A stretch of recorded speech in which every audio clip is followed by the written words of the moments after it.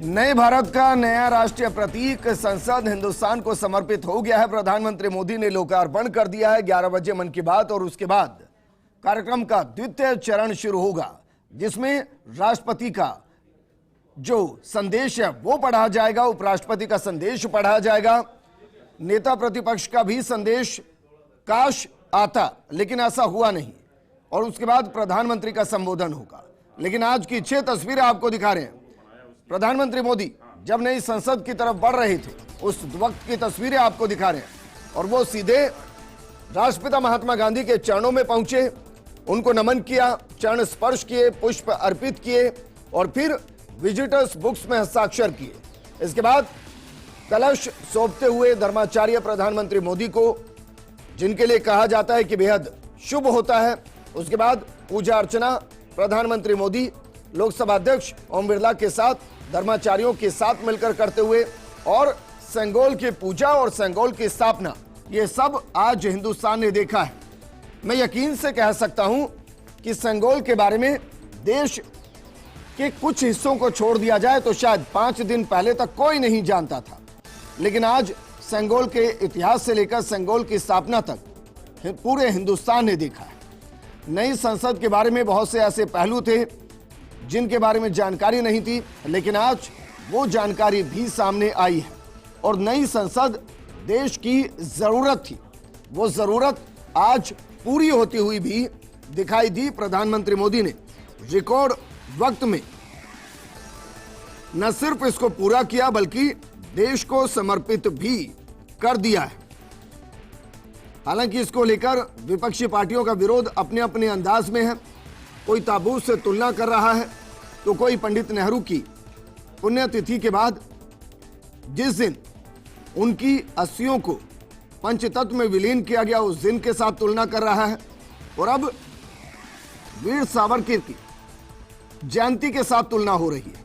बहरहाल जो भी है, देश को नई संसद मिली है, और इस संसद के जरिए नव भारत का नव निर्माण करने की नई शुरुआत होगी, और उस शुरुआत में जितना सत्ता पक्ष की भागीदारी होगी उतनी ही विपक्ष की भी भागीदारी होगी। लेकिन अफसोस, आज इस लोकार्पण कार्यक्रम में महत्वपूर्ण विपक्षी पार्टियों की भागीदारी नहीं है।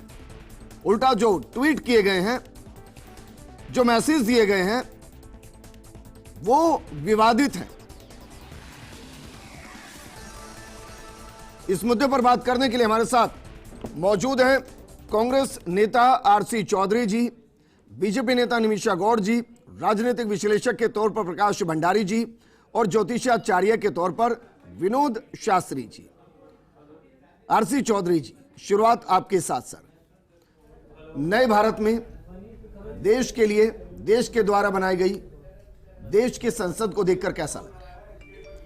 विजेंद्र जी, देश की जो संसद है, संसद का उद्भव कब हुआ, संसद शब्द परिभाषित कब हुआ, संसद शब्द बना कब, नया भारत कब भारत बना, ये जब संसद आई।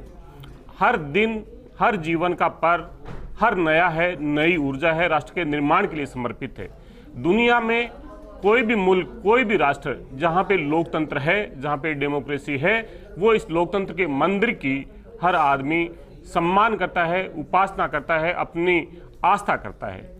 उसी संसद को, जिस बार बार आप संसद का जिक्र करें, ये संसद अहंकार की ईंटों से बना हुआ भवन नहीं है। ये संसद 140 करोड़ भारतीयों की भावनाओं का मंदिर है। ये संसद एक लंबे संघर्ष का अध्याय है। कई आपके और हमारे पूर्वजों से इन संघर्ष करके अपने जीवन की शहादत दी लाखों लोगों ने, तब संसद शब्द अस्तित्व में आया, जिस संसद का हम जिक्र करें। संसद संविधान डिफाइन करता है, और संविधान का आर्टिकल 79 ये कहता है कि संसद, राष्ट्रपति और संसद के 2 कक्ष, 2 भवन, लोकसभा और राज्यसभा, ये इनसे मिलके बनता है। आज संसद इमारत तो नजर आ रही है, लेकिन उस संसद के अंदर जो संसद का प्रमुख, जो राष्ट्रपति है, जो संविधान का आर्टिकल 79 कहता है, वो नजर नहीं आ रही। इसलिए लोगों का अपना अपना विचार हो सकता है। एक आत्ममुग्ध नेता जो 140 करोड़ लोगों पे उस संसद के अंदर, उस मंदिर में बैठ के कहता है कि मैं 140 करोड़ लोगों पे भारी हूं, वो व्यक्ति अगर देश के संविधान को कुचलने का प्रयास करता है तो दुख होता है।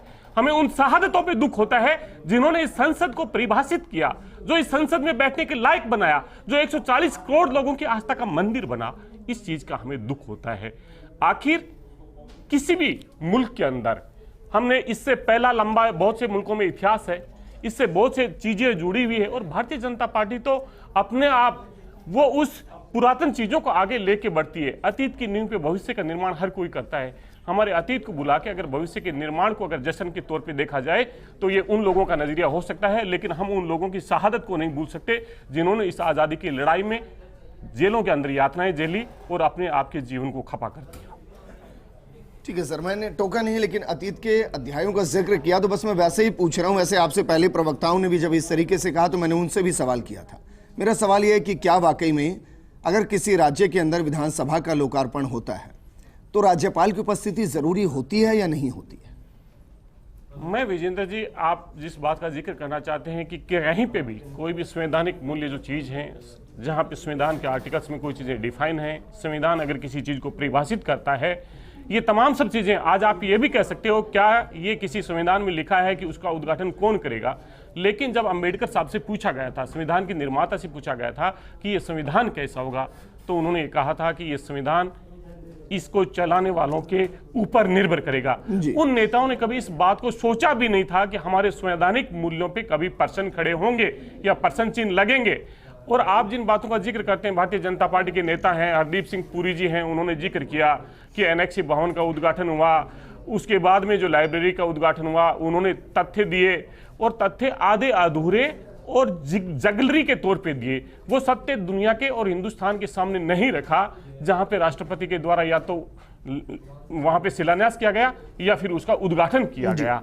लेकिन जब मैं ये कहता हूं कि राष्ट्रपति संसद के किसी हिस्से पे शामिल नहीं होता, ना उसका फाउंडेशन स्टोन में होता है और ना ही अगर उसके उद्घाटन में होता है, तो मुझे लगता है संसद पूरी नहीं। मैं इसलिए पूछ रहा हूं कि भाई किसी राज्य में विधानसभा के लोकार्पण या शिलान्यास कार्यक्रम में अगर राज्यपाल दिखाई नहीं देते तो वो सही है या गलत है? देखिए, अगर संविधान का कोई आर्टिकल कहता है, संविधान के अंदर, मैं इसमें माफी चाहूंगा कि मेरे को इस पूरे आर्टिकल्स पे, जैसे पार्लियामेंट के अगर बारे में पूछें, 79 है, 85 है, तमाम सब चीजें हैं। इसको हाउस को कौन कॉल करता है, हाउस में इंडिविजुअल इन्विटेशन भेजा जाता है, हर जो मेंबर है उसको ऐसे प्रदेश। मैं सर इसलिए सवाल कर रहा हूं, देखिए नैतिकता के आधार पर तो होना चाहिए, संविधान में नहीं लिखा है तो भी होना चाहिए। मैं इस बात से डिनाई नहीं करता, लेकिन ये कई प्रदेशों के अंदर हुआ है कि जहां विधानसभा का निर्माण हुआ और वहां राज्यपाल नहीं थे, वहां के मुख्यमंत्री या फिर आपकी पार्टी के नेताओं ने, चाहे वो राहुल गांधी हो, सोनिया गांधी हो, उन्होंने जाकर लोकार्पण किया, जबकि वो ना तो संवैधानिक पद पर थे, वो पार्टी के पद पर थे। वो हो सकता है भाई उस वक्त जरूरत हो कि भाई हमारे सबसे बड़े नेता हैं, हमारी सरकार है, हमारी सरकार ने बनाया है, तो चलिए हम राज्यपाल से नहीं इनसे करा लेते हैं। अगर वो वहां सही हो सकता है तो यहां सही क्यों नहीं हो सकता? बस मैं ये जानना चाह रहा हूं, लिखा तो कहीं नहीं है। विजेंद्र जी, निश्चित रूप से मैं आपकी बात से सहमत हूं, लेकिन विजेंद्र जी, किसी भी चीज का जो मंदिर अलग अलग इस देश की जो राजनीतिक दल हैं, जो विचार हैं, उन विचारों का जो सामंजस्य है, मैं हर विचार, हर राजनीतिक दल हैं, कितने 50 राजनीतिक दल संसद के अंदर हैं, उनके अपने अपने विचारधाराएं हैं, वो विचारधाराएं उस संसद के भवन में आके समाहित हो जाती हैं। सत्तारूढ़ दल का कोई भी व्यक्ति, चाहे मुख्यमंत्री हो चाहे प्रधानमंत्री, उनका यह दायित्व बनता है कि उन तमाम राजनीतिक विचारों के साथ में, जो इस देश की डाइवर्सिटी है, जो इस देश की विविधता है, जो इस देश की अलग अलग सोच है, उसके साथ में संवाद करके अगर सामूहिक रूप से किया जाए तो मुझे लगता है निश्चित रूप से बेहतर होता है। ठीक है, तो आप ये व्यक्तिगत तौर पर मानकर चल रहे हैं ना कि जहां भी राज्यपाल को नहीं बुलाया गया कांग्रेस शासित प्रदेशों के अंदर, वहां कांग्रेस ने गलती की है? हाँ, निश्चित रूप से। ठीक है, ये एक अच्छी बात है भाई, अगर गलतियों से आप सीख रहे हैं और आज जो दर्द महसूस हो रहा है वो पहले भी रहा होगा, तो ये अच्छा लगा मुझे कि आपने भाई ये स्वीकार किया कि जहां नहीं बुलाए वहां हमने गलती की है, और उसको स्वीकार करने में बुराई भी नहीं। निमिषा गौड़ जी, मैं सुबह से यही सवाल कर रहा हूं कि एक भव्य इमारत है, भव्यता के साथ है, देश का गौरव है, देश के इतिहास को भविष्य के साथ जोड़ती है, इसमें कोई किंतु परंतु नहीं है, लेकिन जिस एक कड़ी को जोड़ने की जरूरत थी, अगर वो जोड़ दी जाती तो क्या ही गलत था उसमें?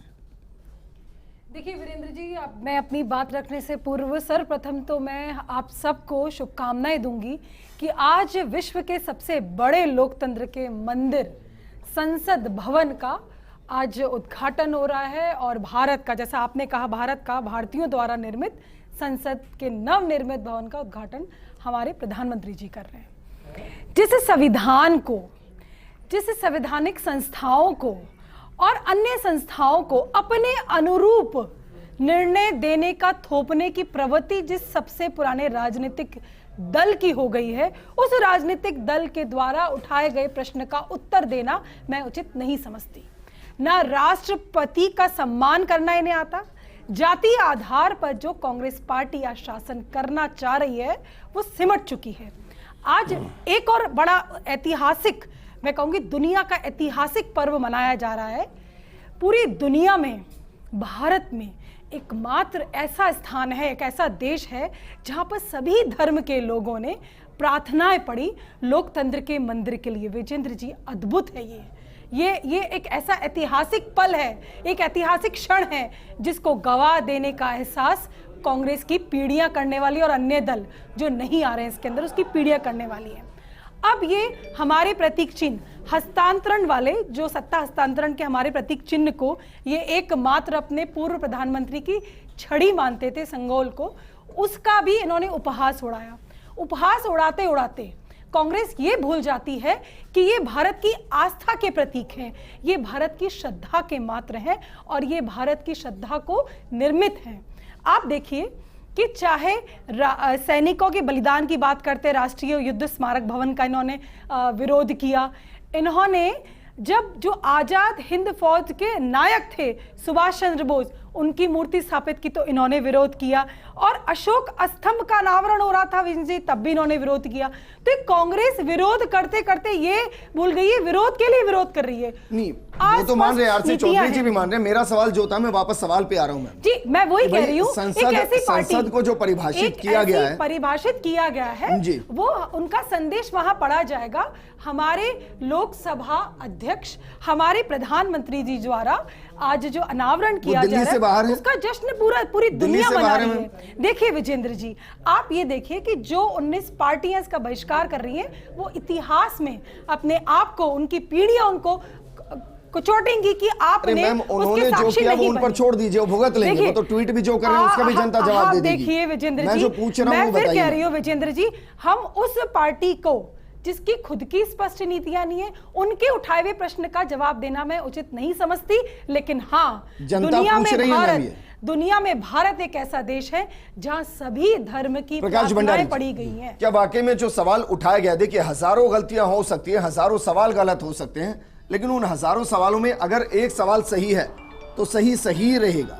उसको इस आवरण में नहीं लपेटा जा सकता क्योंकि हजारों सवाल गलत पूछे हैं, ये सवाल हम नहीं देंगे, इस सवाल का जवाब नहीं देंगे।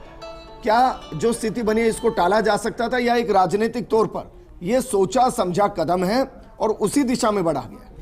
सब इस विषय पे कई बातें सामने आई। सबसे बड़ा यह है कि हमारे जो संविधान के अंदर लिखा है कि भारत यह है धर्मनिरपेक्ष राष्ट्र है।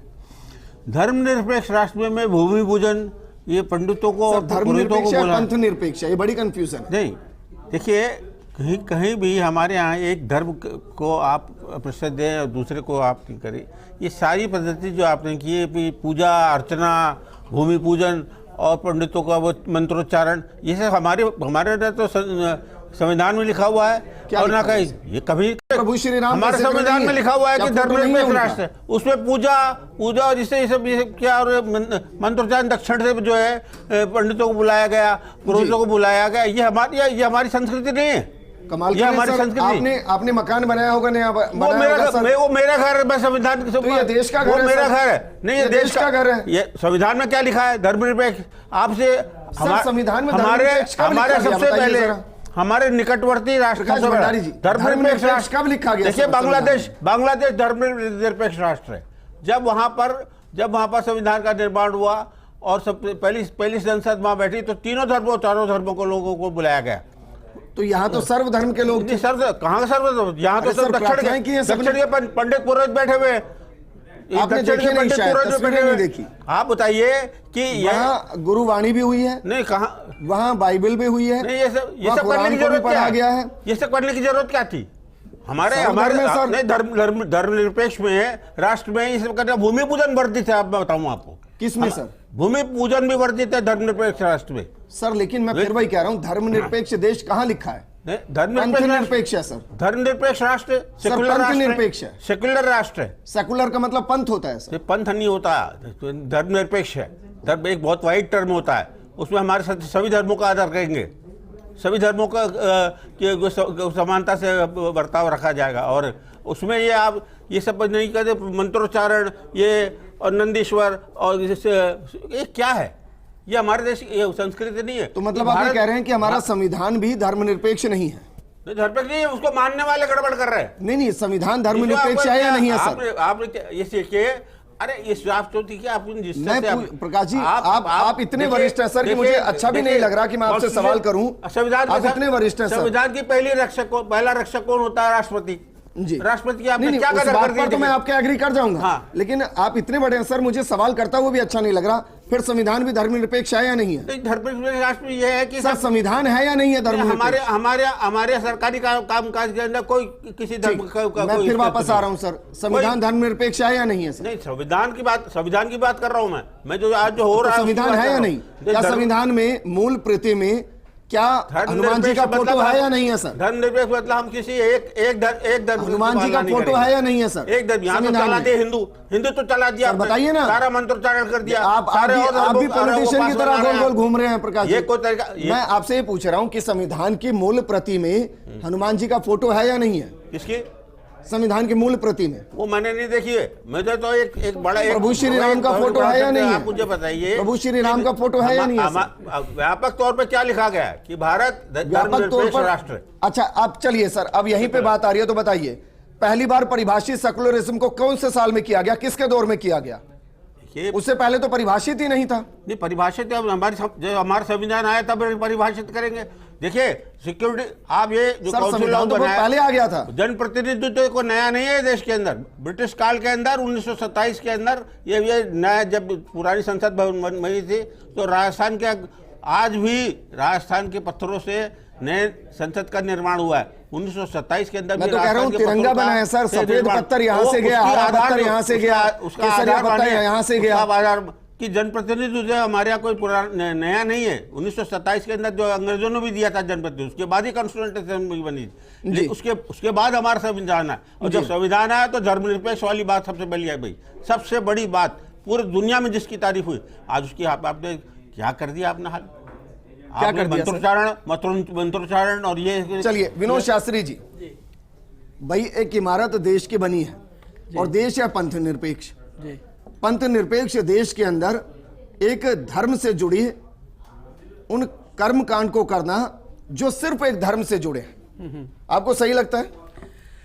देखिए, ये मैं वैसे राजनेताओं से बहुत डर लगता है, क्योंकि वो इस तरह की कई बार बातें करते हैं। और अभी जो स्थिति बनी है इस देश की, बहुत दुर्भाग्यपूर्ण है कि हमारे यहाँ धर्म निरपेक्ष करके धर्म की ऐसी गंदी व्याख्या कर दी गई है, और धर्म के बिना किसी भी मनुष्य का जीवन निरर्थक होता है।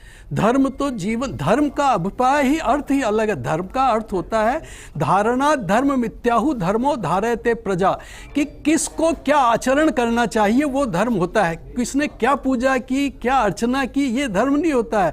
धर्म होता है कि राजनेता को क्या आचरण करना चाहिए, एक इंजीनियर को क्या आचरण करना चाहिए, गुरु को क्या आचरण करना चाहिए, पिता का क्या धर्म है, माता का क्या धर्म है, इन सब के एक एक के क्या धर्म होते हैं। और इसीलिए कहा है कि धर्मेण हीना पशु भी समाना, कि हमारे यहाँ के राजनेता कई बार ये मांग करते हैं कि ये धर्महीन होना चाहिए ये देश। तो मैं कहता हूँ जब धर्महीन होना चाहिए तो पशु भी समाना, पशु के समान हो जाएगा। तो इस देश में तो हमारी राजनीति पशु तुल्य बनाने के लिए आमादा है इस देश को। लेकिन वास्तविकता यह है, उसका कारण है उनका भी दोष नहीं है, क्योंकि उन्होंने न धर्म देखा, न पढ़ा, न समझा, तो उनका दोष नहीं है। क्योंकि हमारे यहाँ शिक्षा में कहीं भी धर्म पढ़ाया नहीं जाता। हमारे यहाँ इंजीनियर बनाए जाते हैं, इंजीनियर का धर्म नहीं पढ़ाया जाता। हमारे यहाँ राजनीति में वकील बनाए जाते हैं, वकील का धर्म नहीं पढ़ाया जाता। तो धर्म इस देश में यदि पढ़ाया जाए तो धर्म सापेक्ष अगर हो तो उसके लिए संसद। तो जब इतनी व्याख्या हो ही रही है विनोद जी, तो फिर संसद के धर्म की व्याख्या कीजिए कि संसद बनी है तो संसद का धर्म क्या है? देखिए, संसद का धर्म जैसे राजधर्म, ये सबसे पहला धर्म है। और राजधर्म का है कि कोई भी राजनेता या कोई भी राजा एक बार बन जाता है तो वो किसी न जाति का होता है, न किसी संप्रदाय का होता है, न किसी पंथ का होता है, पूरे देश का होता है। अभी और खासतौर से इस मतलब संसद देश की है सर, तो पूरे देश की होती है। जैसे तो देश अभी का धर्म क्या है सर? देश का राष्ट्र धर्म होता है कि हमारे तो वसुधैव कुटुंबकम, हम पूरी दुनिया को अपना परिवार मानते हैं और उसके लिए हमारी संसद उसकी दिशा निर्देश करती है। हमारे यहाँ से तो जैसे अभी हमारे यहाँ संसद है, ये संसद एक राजनीतिक चर्चा का केंद्र है जहां पर देश के लिए एक ऐसी परिचर्चा करते हैं जिससे कि राष्ट्र का उत्थान कैसे वो तो सर सब अलग हो गया। मैं तो जो प्रकाश जी ने सवाल उठाया मैं उसको आपके नजरिए से समझना चाह रहा हूँ। जहां पूजा उन्होंने कहा कि एक धर्म को आगे बढ़ाया गया, आपने कहा कि धर्म सबके लिए अलग अलग, इंजीनियर का अलग, माता का अलग, पिता का अलग। मैंने दो सवाल किए कि भाई संसद का धर्म क्या, आपने कहा संसद का धर्म राष्ट्र निर्माण, तो मैंने कहा राष्ट्र का धर्म क्या? भाई राष्ट्र का कोई धर्म होगा ना, और जो देश का प्रधानमंत्री है या राष्ट्रपति है वो इन धर्मों से परे है जी। तो फिर जो ये पूजा पाठ हुई है ये क्या राष्ट्र के धर्म के हिसाब से? देखिए, पूजा पाठ तो एक वर्ग का, उसका क्या है कि यहाँ तो सारे धर्म के लोग, सारे धर्म के गुरु वहाँ पर मौजूद थे। वहाँ पर मुस्लिम भी थे, सिख भी थे, ईसाई भी थे, और सारे सब धर्म सभा हुई। पर जहाँ तक मंत्रोच्चार का, जहाँ तक मैं आपसे पूछता हूँ सर, बताइए कि क्या ईसाई धर्म पूजा पाठ करते हैं? उनका एक अपना स्टाइल है सर, उस हिसाब से उन्होंने किया है। क्या कुरान के अंदर आहुतियां दी जाती हैं? मुस्लिम धर्म में आहुतियां दी जाती है? नहीं दी जाती। उनका एक तरीका है, उन्होंने उस तरीके से किया है। क्या सिख के अंदर गुरबानी के अलावा आहुतियां दी जाती हैं? नहीं दी जाती, उन्होंने अपने हिसाब से की। भाई हिंदू धर्म में की जाती है, वो हिंदू धर्म के हिसाब से हो गई। विनोद जी तो ये तो एक ही धर्म के हिसाब से इन्होंने बहुत ही विधि विधान से ये किया है। तो यहाँ पर मंत्रोच्चार निर्माण के लिए काम करना संसद का धर्म है। मंत्रोच्चार के साथ आहुति होना, हवन होना, ये तो बहुत ही वैज्ञानिक है। ये जो वैदिक वाङ्मय के द्वारा जो किया गया है, जितना इसका जो जिसको एक राजभवन का प्रवेश किया गया है, ये पूर्ण वैज्ञानिक और शास्त्रीय है। इसको किसी एक से नहीं जोड़ना चाहिए, क्योंकि वेद, जहाँ तक यज्ञ का सवाल है, ये यज्ञ को केवल आहुति और हिंदू धर्म से ही जोड़ रहे हैं, जबकि सारे धर्मों से जुड़ा हुआ है। ये जो धर्म होता है, सारे धर्मों से कैसे जुड़ा हुआ है सर? देखिए, क्या होता है, ये जो दुनिया है, विश्व है, ये अग्नि सोमात्मकम है, अग्नि सोमात्मकम। आपके इस थ्योरी को सर बाकी धर्म थोड़ी ना मानते हैं। नहीं, देखिए, वो मानना नहीं होता है कि ये तो क्या उनके अपने ये जो धर्म होता है, ये धर्म होता है जीवन शैली है। कि जैसे अभी अगर इसी पर चर्चा है तो अलग अलग धर्मों का प्रादुर्भाव अलग अलग जगह हुआ। हिंदू जीवन शैली है। तो ऐसी स्थिति में जो जहां पर जिसका प्रादुर्भाव हुआ है, जैसे हमारे मुस्लिम भाई, ये सवाल निकलते ही चले जाएंगे, फिर सवाल आएगा देश की जीवन शैली क्या है। जी। एक छोटे से ब्रेक के लिए यहाँ रुक रहे हैं, जल्द हाजिर होंगे, क्योंकि ये चर्चाएं यूं ही चलती रहेंगी, जवाब अंतकाल तक मिलते रहेंगे और उतने ही सवाल उठते रहेंगे। जल्द हाजिर होंगे। शक्ति द्वार बनाया, कर्म द्वार बनाया, लेकिन नाम तो सेंट्रल विस्टा है मैम, कोई हिंदी नाम भी हो सकता था। देखिए, भवन, संसद भवन पर हम श्रद्धापूर्वक आज एक प्रतीक के रूप में मान करके हम सबको मनाना चाहिए। एक बहुत खुशी का दिन है आज, तो इसको खुशियों के दिन में रहने दीजिए। कुछ राजनीतिक दल जो राजनीति करने का प्रयास कर रहे हैं, उनसे परे हटके मैं ये बात कह रही हूँ आपको। अच्छा चलिए, मैं पूछ लेता हूँ, सेंट्रल विस्टा का मतलब क्या होता है? विजेंद्र जी, मेरी बात सुनिए पहले, लेट मी कंप्लीट। प्रधानमंत्री जी, इसीलिए पूछ रहा हूँ क्योंकि आपकी अंग्रेजी अच्छी है। देखिए, हम सेंट्रल विस्टा का नाम क्या, मतलब क्या होता है? आप ये मानिए कि आज लोकतंत्र, सबसे बड़ा लोकतंत्र कौन सा देश है? भारत। भारत के संसद भवन जहाँ हमारे जनप्रतिनिधि होंगे। आप मुझे एक आपका प्रश्न है उसका उत्तर दे दूं, मेरे सवाल का उत्तर दे दीजिए। देखिए, पहले प्रश्न आपने जो बोला उसका मैं उत्तर दे दूं। संसद, हमारा संसद जो है, हमारा संसद भवन जो 60,000 श्रमिकों से मिलकर बनाया है उन्होंने, और समय सीमा में रहते हुए बनाया, तो इसको हमें आज सबको बहुत खुशी का दिन है, क्योंकि आज अच्छा मुझे बताइए कौन खुशी नहीं मना रहा? आरसी चौधरी जी ने खुशी मनाई। देखिए वो तो आज मणिपुर और छत्तीसगढ़ का जवाब दे दे कि वहां पर मुखिया होते हुए भी वो सवाल छूट गया मैम, वो सवाल पीछे चला गया है। देखिए आप पीछे मत छोड़िए ना, जवाब आप देना नहीं चाहते। आप पीछे छोड़िए उन जवाबों को जो आपने उस समय भी नहीं पूछे होंगे, लेकिन आज G20 की अध्यक्षता हम करते हैं तो कमल का फूल लगाते हैं, सवाल में इसलिए नहीं उठा रहा क्योंकि आपने कहा था कि सिलेक्टिव सवाल का जवाब आप नहीं देंगे। देखिए मैं आपसे पूछ रहा हूं ना, सेंट्रल विस्टा का मतलब क्या होता है? आप ये मान के देखिए कि जनता जो चाहती है उसका जवाब सुनिए ना आप। हम सब प्रसन्न हैं, जनता के लिए पूछ रहा हूं मैं। सर्वधर्म संभाव, उनको जवाब तो पता होना चाहिए ना। हमारा संसद भवन, आप ये देखिए हमारे श्रमिकों को प्रणाम किया, श्रमिकों को सम्मानित किया प्रधानमंत्री जी ने, दंडवत प्रणाम किया है आज संसद भवन को। संसद भवन पे कैसी राजनीति? कौन कर रहा है? लोकतंत्र का प्रतीक। आप कभी उसके नाम पर प्रश्न कर रहे हैं, आप कभी नाम का मतलब जानना चाह रहा हूं मैं।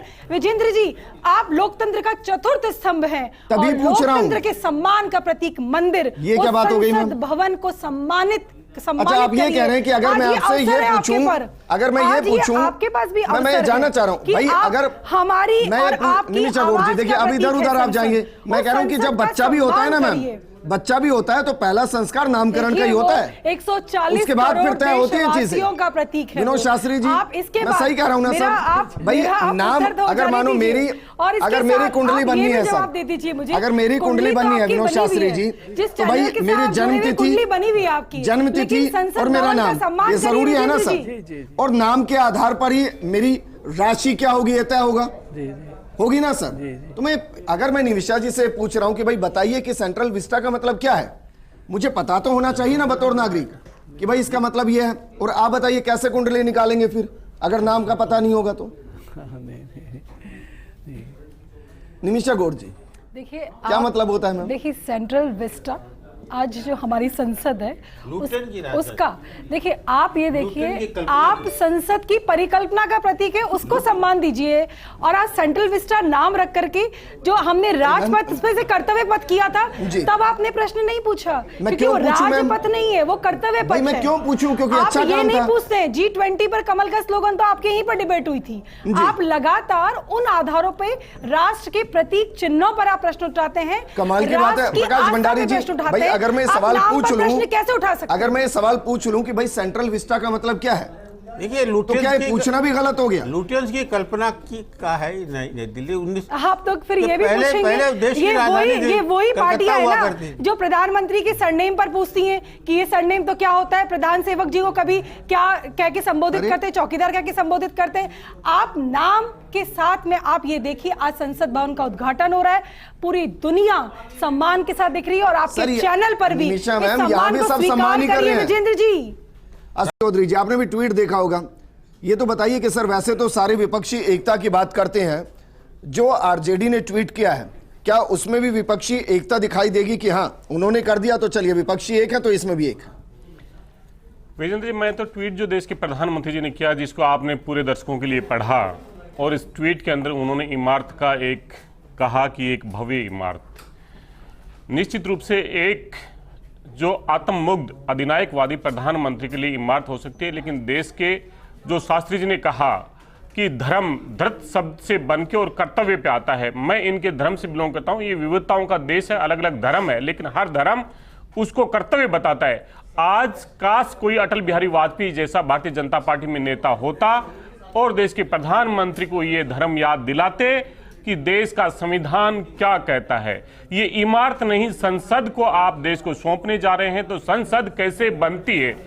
अगर council of state, house of peoples और प्रेसिडेंट तीन के बिना अगर संसद नहीं हो सकती, इसलिए वो सिर्फ एक अहंकार की ईंटों की इमारत है। संदेश तो पढ़ाई जा रहा है ना सर, ये कांग्रेस उन्हीं के साथ शुरू होगा।